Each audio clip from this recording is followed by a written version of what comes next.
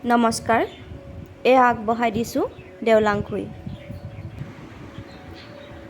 এটা শৰীৰহীন হৃদখণ্ডই তাৰ বুকুৰ ভিতৰখন যেন চকুপানীৰ নৈ এখনলৈ ৰূপান্তৰিত কৰিছে।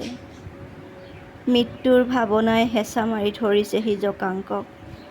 হেৰাই গৈছে জীৱন স্পৃহা, বিজয় তৃষ্ণা, তাৰুণ্যৰ সকলো সজীৱতা। আবি, গম্ভীৰ শোকাৰ্ত মাতেৰে জকাংকই মাতিলে। ক জকাংক, মোৰ আপোনাক বহুত কথা সুধিবলগীয়া আছে। জানো।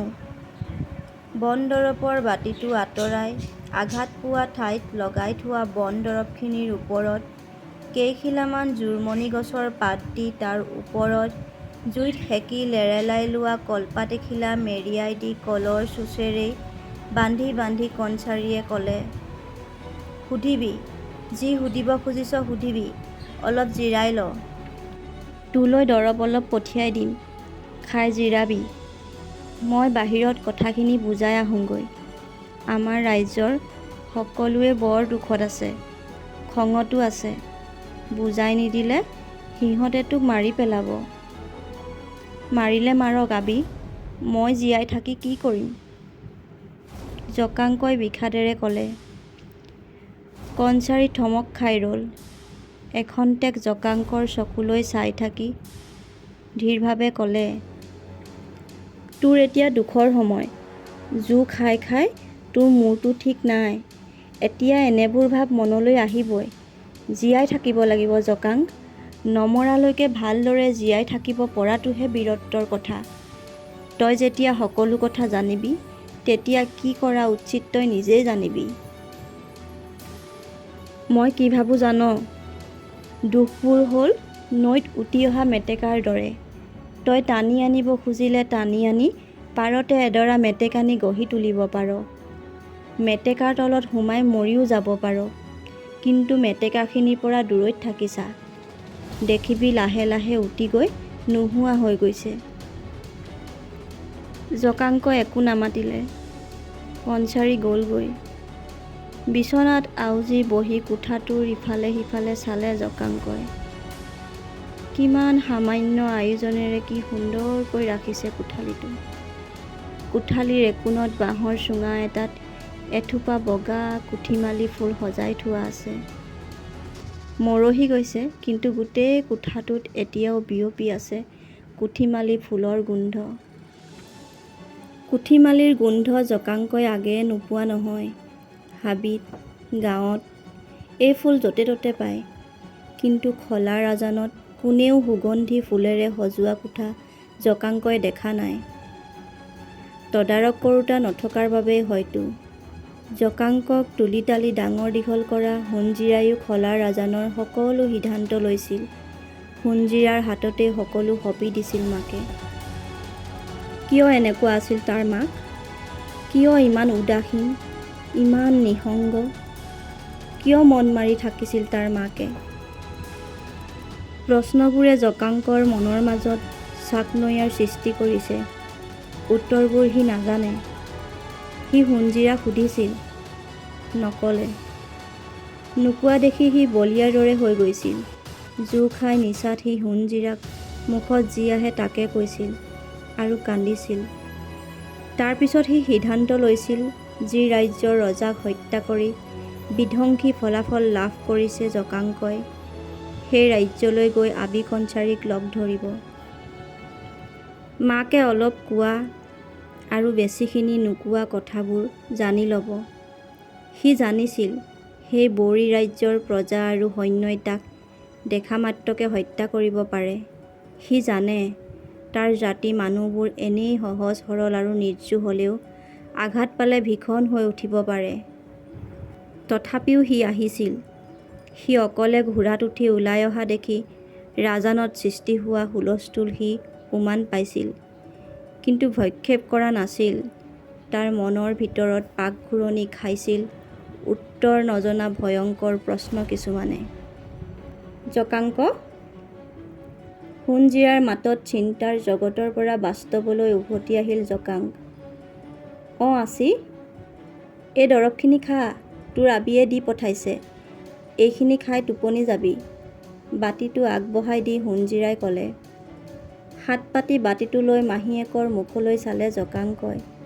আছি, ঐ এটা কথা সুধোঁ। তইনো আগতে কেতিয়া কথা সোধাৰ বাবে অনুমতি লৈছিলি কচোন? সেমেকা মাতেৰে হুঞ্জিৰাই ক'লে। জানো আছি, লোৱা নাছিলোঁ, কিন্তু কথাবোৰ চব খেলি মেলি হৈ গৈছে। এই মাথিত মোৰ যেন কোনো নাই। তেনেকৈ নকবি মোৰ পাবা।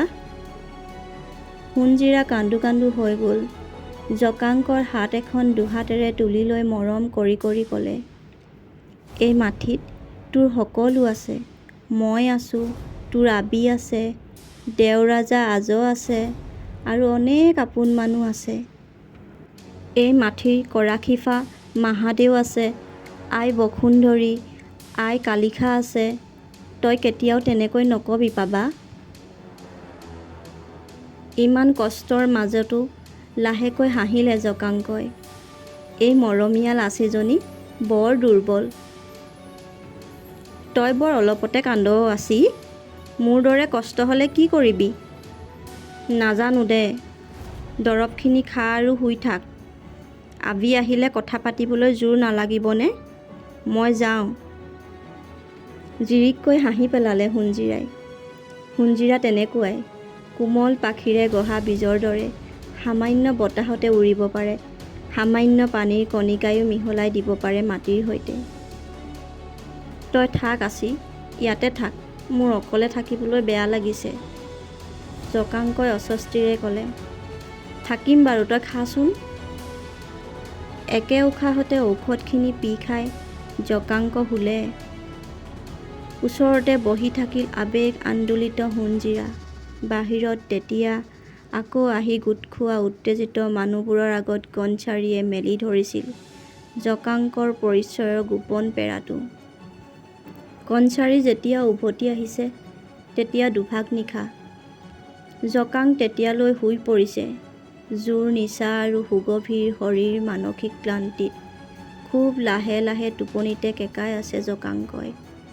ওচৰতে মাটিত আমচাখনৰ ওপৰত বহি বিচনাত মূৰ থৈ শুই আছে হুঞ্জিৰা।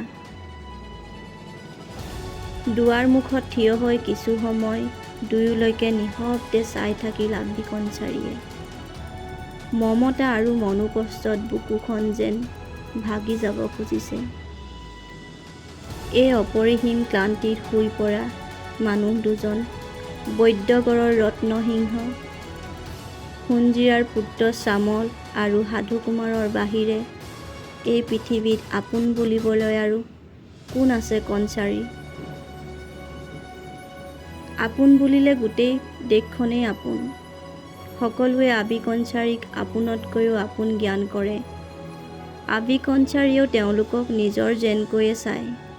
কিন্তু সেই আপোনত্বৰ পিছতো আৰু এটা স্তৰ আছে, যি স্তৰত চকু মুদি ভাবিলে ভাহি উঠা মুখকেইখনৰহে ঠাই আছে। কালিলৈকে আছিল গংগাৱতী, আছিল হুঞ্জিৰাৰ গৃহস্থ ফুলেশ্বৰ বাৰিকা, মৃগাংকও আছিল, আৰু আছিল ৰজা প্ৰতাপ সিংহ। এই আটাইবোৰ মানুহে কণচাৰী বুকুৰ বেলেগ বেলেগ অংশ জুৰি আছে। জকাংকক কেতিয়াও নেদেখিলেও তেওঁ বুকুৰ ডাঙৰ এডোখৰ ঠাই জকাংকৰ বাবে আছুতীয়াকৈ আছিল। নাথাকিব কিয়? জকাংক যে তেওঁৰ নাতি, বীৰ নাতি। জকাংক যে সমাজৰ নিয়মে পিতৃ মাতৃহীনতালৈ দলিয়াই দিয়া এটা দুৰ্ভাগ্যজনক পৰিণতি। আজিৰ খণ্ডটি ইমানতে সামৰণি মাৰিছোঁ। পাছৰ খণ্ডটি সোনকালে পাবলৈ বেল আইকনটো প্ৰেছ কৰি ছাবস্ক্ৰাইব কৰি দিব, আৰু কেনে পালে কমেণ্ট কৰি জনাবলৈ নাপাহৰিব। লগতে লাইক আৰু শ্বেয়াৰ কৰি দিব। ধন্যবাদ।